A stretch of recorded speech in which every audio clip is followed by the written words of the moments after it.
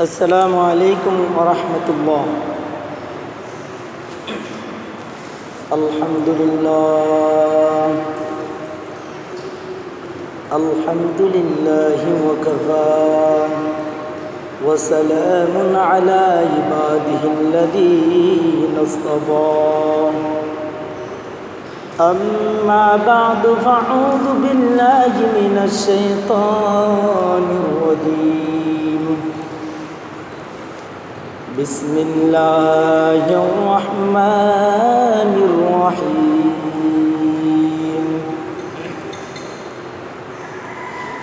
يا أيها الذين آمنوا اتقوا الله حق تقاته ولا تموتن إلا وأنتم مسلمون.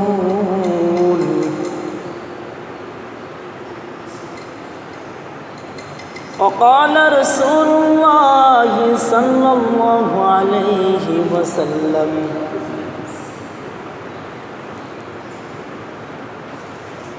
إنما الأعمال بالنيات وإنما لامرئ ما نوى فمن كانت هجرته إلى الله ورسوله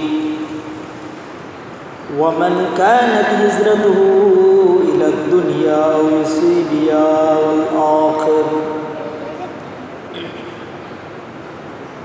إن الله وملائكته يصلون على النبي يا أيها الذين آمنوا صلوا عليه وسلموا تسليما. اللهم صل على سيدنا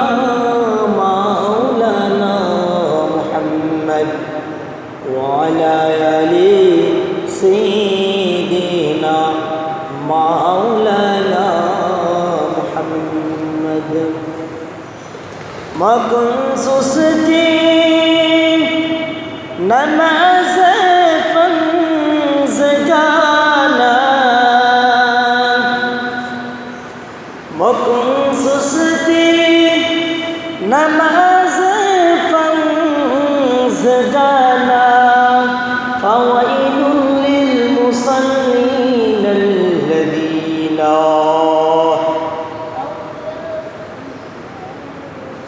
الحمد لله. আল্লাহ পাক রব্বুল আলামিনের নিকট লাখ কোটি শুকর যে মহান রব্বে করিম আমাদেরকে আল কোরআন একাডেমি মাদ্রাসার জামালুল কোরআন মসজিদে জুমার দিন মুসল্লি ইমাম সহ আমাদেরকে আসার বসার শোনার বলার মতো রব্বে করিম আহকামুল হাকিমিন তৌফিক এনায়েত করেছেন। এই জন্য কালিমাতে শুকরিয়া আদায় করে আলহামদুলিল্লাহ। الحمد لمن قدر خيرا وقبلا الحمد لمن قدر خيرا وقبلا الشكر لمن صوره حسنا وجمالا الشكر لمن صوره حسنا وجمالا لا ضد ولا ند ولا مد لمولاه لا ضد ولا ند ولا مد لمولاه الآن كما كان ولم يلك زوالا الآن كما كان ولم يلك زوالا. বান্দার ব্যাপারে আল্লাহ পাক রব্বুল আলামিন বলেন, বান্দা যখন নাকি শুকরিয়া আদায় করে কয় আল্লাহ আমি আল্লাহ তাআলা শুকরিয়া আদায় করার দ্বারা নিয়ামত বৃদ্ধি করে দেই। সুবহানাল্লাহ।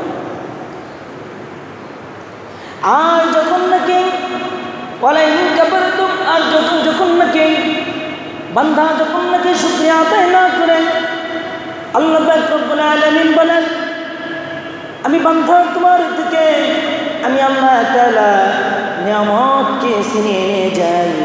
সুতরাং এই জন্য আল্লাহ তাআলার দরবারে শুকরিয়া আদায় করেন আলহামদুলিল্লাহ। মুসলমান ইমানদার, আল্লাহ নবী জমানার পয়গম্বর ইরশাদ করে বলেন, আলহামদুলিল্লাহ তামলা আল মিজান। বান্দা যখন নাকি একবার আলহামদুলিল্লাহ বলেন, মিজানের পাল্লা সওয়াবে আমল ধারা পরিপূর্ণ করে দেয়। এই জন্য আবার শুকরিয়া বলেন আলহামদুলিল্লাহ। কত বড় নিয়ামত আমাদেরকে রব্বুল কারীম অনেক বড় নিয়ামত দান করে এখানে আসার মতো তৌফিক এনায়েত করেছেন। এখানে আসার জন্য বিশ্বনবী হযরত মুহাম্মদ আরবি সাল্লাল্লাহু আলাইহি সাল্লাম বলেন, মাজলিসু ফিকহি খায়রুম মিন ইবাদাতি 60 সানা। তোমাদের মাঝে যখন ইলমে দ্বীনের মজলিসে বসবেন, কোন মুত্তাকিন যখন ইলমে দ্বীনের মজলিসে বসে, কোন মুসলিম ইলমে দ্বীনের মজলিসে বসবেন, 60 বছর নফল ইবাদত করলে যে পরিমাণ সওয়াব, ওই পরিমাণ সওয়াব বান্দার আমলনামায় আল্লাহ তাআলা লিখে দেবে। সুবহানাল্লাহ। এই জন্য যারা সুবহানাল্লাহ বলেন, এদের ব্যাপারে জমানার পয়গম্বর বলেন, সুবহানাল্লাহ তামলা আল মিজান বাইনাস সামাওয়াতি ওয়াল আরদ। আসমান এবং জমিনের মাঝে যতটুকু জায়গা ফাঁকা থাকে, ওই পরিমাণ সওয়াব বান্দার আমলনামায় আল্লাহ লিখে দেয়। আল্লাহু আকবার। তো আমাদের এই শুকরিয়াটার বিষয়টা তো বুঝতে বললেন যে কত বড় একটা নিয়ামত। মুসলমান যা কিছু করে সে বুঝিয়ে করলেও সওয়াব পায়, না বুঝিয়ে করলেও যেমন সওয়াব। যেই রকমের নেক কাজটা হলো, মসজিদে আসলে অনেক মুসলমান জানে না যে আজকে জুমার দিনের একটা মহা গুরুত্ব। এক নম্বর কথা। দ্বিতীয় নম্বর কথা হলো, আবার একটা সওয়াব পাইতেছেন, তা হলো যখন নাকি ইলমে দ্বীনের মজলিসে বসে আল্লাহ নবী 1400 বছর পূর্বে বলে দিয়ে গেছেন যে ইলমে দ্বীনের মজলিস 60 বছর নফল ইবাদত করলে যেই পরিমাণ সওয়াব, ওই পরিমাণ সওয়াব বান্দার আমলনামায় আল্লাহ তাআলা লিখে দিবে। বুঝতে পারছেন? কি বুঝলেন? এই জন্য মুসলমান যখন উলামায়ে কেরামদের কথা শুনে, তখন বুঝিয়ে করুক আর না করুক তো সব পাবেই। ভালো কাজে আসবে, কমপক্ষে বদ কাজের দিকে উলামায়ে কেরাম নেবেন না। এই জন্য আপনাদের মাঝে যেই কোরআনুল কারীমা খানা আয়াত তেলাওয়াত করেছি, এর কিছু অংশ তেলাওয়াত করেছি। আল্লাহ তাআলা বলেন, ইয়া আইয়ুহাল্লাযীনা আমানুত্তাকুল্লাহ হাক্কা তুকাতিহি ওয়ালা তামুতুন্না ইল্লা ওয়া আনতুম মুসলিমুন। ইয়া আইয়ুহাল্লাযীনা আমানু, আল্লাহ মায়ার সুরে ডাক দিয়ে বলে, ওরে মুসলমান, আরে মুমিন, আরে নবীর উম্মত, ও গোলাম, শুনে রাখো, তোমাদেরকে আমি ইশারা দিয়ে ডাক দিয়ে তোমাদেরকে বলতেছি, ইয়া আইয়ুহাল্লাযীনা আমানু, হে মুমিন সকলগণ। কত দয়ার সাথে আল্লাহ বলেন, গো মুমিন গো, শুনে রাখো, হাক্কা তুকাতিহ, আমি আল্লাহ যে আল্লাহকে আল্লাহ বিশ্বাস করতে চাও, আমি আল্লাহকে আল্লাহ বলে যদি বিশ্বাস স্থাপন করতে চাও, হাক্কা তুকাতিহ, ভয় পাওয়ার মতো পাও, ভয় পাওয়ার মতো পাও। এরপরে আল্লাহ পাক রব্বুল আলামিন বলেন, ওয়ালা তামুতুন্না ইল্লা ওয়া আনতুম মুসলিমুন। তোমরা ওয়ালা তামুতুন্না, কেউ মৃত্যুবরণ করবে কেউ মৃত্যু স্বাদ গ্রহণ করবে না।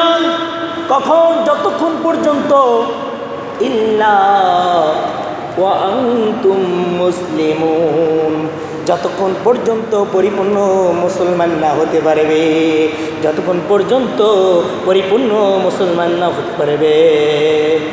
इश्क़ महबूब खुदा दिल जिसे हासिल नहीं, इश्क़ महबूब खुदा दिल जिसे हासिल नहीं, लाखों मोमिन हो मगर ईमान में कामिल नहीं, लाखों मोमिन हो मगर ईमान में कामिल नहीं। लाखों मुसलमान होते पारो যদি মুসলমান ইমানদার না হতে পারো, এই মুসলমান এই মানুষের কোনো দাম নাই। মানুষ তো অনেক থাকতে পারো, অনেক মানুষ আছেন। মনে রাখবেন একটা কথা, এইখানে যারা আছেন সবাই কিন্তু মানুষ, সবাই কিন্তু মুসলমান। তবে আল্লাহ তাআলা কেন আবার মুসলমান হিসেবে তাকিদ দিয়ে বললেন? মুসলমান হিসেবে তাকিদ দিয়ে বলার কারণ হলো, মুসলমান তোমরা তো বংশীয়ভাবে মুসলমান হয়েছ, কিন্তু তোমরা যদি বিধর্মী থেকে মুসলমান হইতা তাহলে মুসলমান কাকে বলে মর্যাদাটা বুঝতা, তখন মর্যাদা দিতাম। এখন এই জন্য পরিপূর্ণ মুসলমান না হয়ে আল্লাহ পাক রব্বুল আলামিন ওই অন্ধকার কবরে দিতে বলেছেন। যতক্ষণ পর্যন্ত পরিপূর্ণ মুসলমান না হতে পারবেন, যতক্ষণ পর্যন্ত পরিপূর্ণ মুমিন না হতে পারবে, ততক্ষণ পর্যন্ত কেউ ওই অন্ধকার কবরে যেতে নিষেধ করেছেন। ভাইরা আমার, শুনছেন তো শুধুমাত্র, ও মুসলমান শুধুমাত্র শুনছেন আমি মুসলমান, আমি জান্নাতে যাব, শুধু শুনছেন? হযরত উলামায়ে কেরামরা আপনাদের মাঝে আলোচনা করেন, মান ক্বালা লা ইলাহা ইল্লাল্লাহ দাখালাল জান্নাহ, যদি কোনো বান্দা একবার কালিমা পড়ে সে জান্নাতে চলে যাবে। সুবহানাল্লাহ বলেন। কিন্তু এই সুবহানাল্লাহ যে বলছেন কথাও সত্য, কালিমাটা যে কালিমার কথাটা যে বলেছেন তাও সত্য। তবে মনে রাখবেন, এই কালিমার ভিতরে একটা কথা আছে, এই কালিমার ভিতরে কথা আছে, কথা সত্য মতলব খারাপ। তাহলে এই কালিমা দ্বারা বোঝানো হয়েছে এইটা যে আপনি নামাজ পড়বেন এটাও কালিমা, আপনি হজ করবেন এটাও কালিমা, আপনি আপনার বিবির সাথে সৎ ব্যবহার করবেন এটাও কালিমা, আপনার বিবি আপনার সাথে সৎ ব্যবহার করবে এটাও কালিমা, আপনি হিংসা থেকে মুক্তি থাকবেন, হিংসা থেকে মুক্ত থাকবেন এটাও কালিমা, আপনার জবান গীবত শিকায়েত থেকে যখন নাকি মুক্ত রাখবেন এটাও আপনার জন্য কালিমা। আল কালিমাতু লাফজুন উযিয়া লিমানান, বলা হয়েছে কালিমা কাকে বলে? কালিমা বলা হয় একটা লফজকে, একটা শব্দকে। শব্দটা কীভাবে? ও মুসলমান ভালোভাবে বুঝিয়েন। শব্দটা কয়েকটা বাক্য মিলে হলো একটা শব্দ, আর এই শব্দটা মিলে হলো কালিমা। এই জন্য মনে রাখবেন, কালিমা শুধুমাত্র এই লা ইলাহা ইল্লাল্লাহু মুহাম্মাদুর রাসূলুল্লাহ, এই কালিমার দ্বারা এটা বোঝানো হয় নাই এই কালিমা পড়ার পরে মুসলমান জান্নাতে যাবে এরকম কোনো গ্যারান্টি নাই, বরং সমস্ত সব মিলে হলো কালিমা। কথা বলেন ঠিক কিনা? মুসলমানেরা মনে রাখবেন, আপনাকে বলা যদি হয় আব্দুল কুদ্দুস, আব্দুল সত্তরকে ডাক দাও, তাহলে কি আপনাকে কোনটাকে ডাক দিবে? আপনার হাত ডাক দিবে? হাত ধরে টাইনে আনবে, নাকি হাত কাইটে নিয়ে আসবে, নাকি চক্ষু নিয়ে আসবে, নাকি মুখ নিয়ে আসবে, নাকি শুধু জুব্বাটা নিয়ে আসবে? একটা জিসিম মিলে হলো মানুষ, তাই না? ঠিক তদ্রূপ পাবেন। আপনাদেরকে যদি আমি বুঝাইতে পারি তাহলে ভালো ভাই বুঝবেন।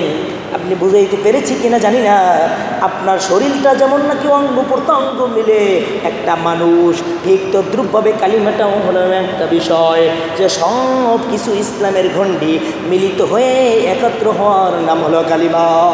আল্লাহু আকবার। কথাটা বুঝতে পেরেছেন? কথাটা বুঝতে পেরেছেন আমার? এটার নাম হলো কালিমা। কিন্তু আমাদের সমাজের ভিতরে এখন একটা এই ধরনের কুসংস্কার তৈরি, আরে আমি তো মুসলমান, আমি তো তুমি সারাক্ষণ নামাজ পড়ো, আর আমি নামাজ না পড়লাম কি আমার ইমাম তরুতা যা আছে, এরকম অনেকে বলে না। মনে রাখবেন একটা কথা, যেই ঢোলের ভিতরে কোনো কিছু নাই, মাল নেই, ওই ঢোল কিন্তু বাজে বেশি। যিনি নামাজ পড়তে আসেন উনি কিন্তু বাজে না, যিনি নামাজ পড়তে আসে না উনি কিন্তু বাজে। যার ভিতরে এলেম আছে সে কিন্তু এলেমের ভাব বুঝায় না, গম্ভীর্যতা বুঝায় না। কিন্তু যার ভিতরে এলেম নাই সে কিন্তু হামসিন ইমাম থেকে আমি অনেক কিছু জানি, এটাই বলবে স্বাভাবিক। যার ভিতরে নামাজি ওয়ালা আছে সে কখনো বলে না আমি নামাজি, আর যে কখনো নামাজ পড়ে না সে বলবে আমি নামাজ পড়ি না পড়ি জানো কেমনে। প্রথম ফতুয়া 1 নম্বর, তার সার্টিফিকেট হলো ঘরওয়ালা না বাড়িওয়ালা, তাই নিজে এলো সার্টিফিকেট। বুঝতে পারছেন বিষয়টা এমন। হিংসুক কখনো ভালো মানুষের ব্যাপারে ভালো ধারণা করবে না, এটাই হলো রাসূল সাল্লাল্লাহু আলাইহি সাল্লামের হাদিস। বিশ্বনবীর কাছে সময় কম থাকায় অনেক কথা মুখে আসে, কি বলবো আপনাদের মাঝে। বিশ্বনবী হযরত মুহাম্মদ আরবি সাল্লাল্লাহু আলাইহি সাল্লামের কাছে 2 জন লোক ছিল, একজন বেদিন ইহুদি আর একজন ছিল বিশ্বনবীর কাছে ছিল তার প্রিয় সাহাবী। 2 ব্যক্তিকে এক ব্যক্তি প্রশ্ন করলো, জামানার পয়গম্বর বিশ্বনবী আপনি এত সুন্দর এত সুন্দর এত সুন্দর, এই ভূমণ্ডলে পৃথিবীর ভিতরে আপনার যে সুন্দর কেউ নেই। জামানার পয়গম্বর বলেছেন তুমি ঠিকই বলেছ। আর বেদিন ব্যক্তি প্রশ্ন করলো ইয়া নবী আল্লাহ, বিশ্বনবী মনে রাখবেন আপনার মতো আর নিকৃষ্ট কাউকে আমার চোখে বাজে না, আপনি ইসলাম ত্যাগ করতে পারেন। বিশ্বনবী হযরত মুহাম্মদ রাসূলুল্লাহ সাল্লাল্লাহু আলাইহি সাল্লাম বলেন তুমি ঠিকই বলেছ, ইহুদির কথাও ঠিক বলল আর মুসলমানের কথাও ঠিক বলল। সাহাবায়ে কেরাম আরজ করলেন ইয়া রাসূলুল্লাহ ইয়া হাবিবাল্লাহ, আগে নবীজি আপনি জানিয়ে দিন কেন কেন। আপনি তার উত্তরে বললেন খারাপের ক্ষেত্রেও বললেন ঠিকই বলেছ, ভালোর ক্ষেত্রেও বললেন ঠিকই বলেছ। এইটার উত্তরটা জানতে চাই। বিশ্বনবী হযরত মুহাম্মদ রাসূলুল্লাহ সাল্লাল্লাহু আলাইহি সাল্লাম বলেন মনে রাখবে মুমিন মুমিনের আয়না। সুবহানাল্লাহ বলেন। বিশ্বনবী বলেন মুমিন মুমিনের আয়না। কিভাবে? সে হল মুসলমান। আমার সাহাবী নিকটবর্তী একজন সাহাবী, সে তার চোখের ভিতর ভেসে উঠেছে ভালো, এই জন্য আমাকে ভালো দেখতেছে। আর ওই যে নেমো খারাপ ইহুদি পাদ্রী, সে যেহেতু খারাপ এই জন্য তার চোখের ভিতর ভেসে উঠেছে খারাপ। বুঝতে পেরেছে? এই জন্য মনে রাখবেন গীবত শিকার কারা করবেন? যারা নামাজে আসবে না তারাই না গীবত শিকার করবেন, যারা গীবতখোর তারাই গীবত করবেন, যারা হিংসুক তারাই হিংসা করবেন। কিন্তু ভালো মানুষ কখনো হিংসা করতে পারে না। মানুষ কাহার ব্যাপারে হিংসার কোনো স্থান নাই, হিংসার কোনো জায়গা নাই। আল্লাহ নবী জামানার পয়গম্বর বলে শুনেন قال إياكم والحسد فإن الحسد يأكل হাসানাতি কামা তাকুলুন নার। হিংসা মানুষকে এমনভাবে ধ্বংস করে দেয়, কাঠ যেমন করে আপনার বাড়িতে যেমন জ্বালাইলে ধ্বংস হয়ে যায়, ঠিক তদ্রূপভাবে বান্ধার আমল নামাগুলো ধ্বংস করে ছাই হয়ে যায়। নাউজুবিল্লাহ। তো আপনাদের মাঝে যেই কথাটা বুঝাইতে চেয়েছিলাম হাক্কু তুকাতিহি ফালা তামুতুন্না ইল্লা ওয়া আনতুম মুসলিমুন। মুসলমানেরা, পরিপূর্ণ মুসলমান হয়ে আল্লাহ পাক রব্বুল আলামিন কেন আপনাদেরকে বলেছেন অন্ধকার কবরে যাওয়ার জন্য, মৃত্যু বরণ করার জন্য? এই হলো কারণ। এক নাম্বার কথা, বিষয়টা বুঝতে পেরেছেন, আমরা তো মুসলমান নামে আছি, কামে নাই। এই জন্য কাজে মুসলমান তুই আমাদের ভিতরে ঢুকাইতে হবে। আর কাজে মুসলমান ঢুকাইয়া যদি জান্নাতে যদি মৃত্যুবরণ করতে পারি, তাহলে আমরা হব পরিপূর্ণ মুসলমান। ভাইরা আমার, এই জন্য অন্য আয়াতে আল্লাহ পাক রব্বুল আলামিন বলেন, মুমিনদেরকে কিতাব দিয়ে বলেন, ইয়া আইয়ুহাল্লাযীনা আমানুত্তাকুল্লাহ ওয়া কুনু মা'আস সাদিকিন। হ্যাঁ মুমিন সকলগণ, হ্যাঁ মুসলমান, মুসলমান বিশ্বনবীর উম্মত, মনে রাখবে তোমরা তোমাদের মাঝে যারা সলে লোক থাকবেন, যারা নাকি ভালো লোক থাকবেন, যারা নাকি নেককার লোক থাকবে, তাদের কথা মানিয়া চলিবে, তাদের সাথে সোহবত করিবে। সোহবতে সলে তোরা সলে কুনাত, সোহবতে তলে তোরা তলে কুনাত। যারা তোমাদের মাঝে সলে সাদিকিন, সত্যবাদী, তাদের কথা মেনে তাদের সাথে দিক নির্দেশনা অনুকরণে তাদের সাথে পরামর্শ নিয়ে জিন্দেগি পরিচালনা করবে, তাহলে হবে তুমি মুত্তাকি। আল্লাহু আকবার। এই জন্য মুত্তাকিনদের ব্যাপারে আল্লাহ তাআলা বলেছেন, মুত্তাকিন কারা? যাদের ব্যাপারে, যাদের ভিতরে দেখবেন কোনো গীবত শিকায়ত নেই, হিংসা নেই, যাদের ভিতরে মানুষের ক্ষতি আস্থা নেই, শুধুমাত্র আলেম হলেই মুত্তাকিন, এটা ভুল।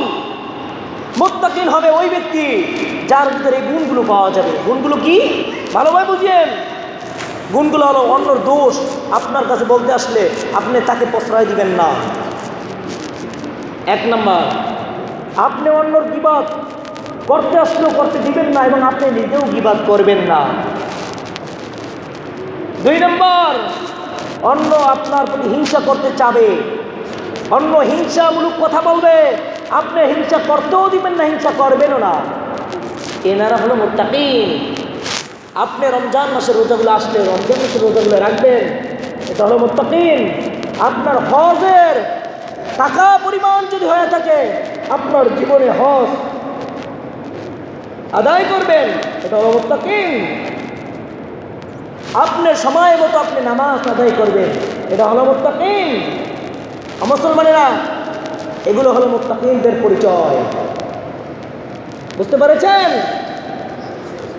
এরপরে বলেন, আল্লাহ তাআলা বলেন, ইন্নাল মুনাফিকিনা ফিদ-দারকি আসফালি মিনান নার।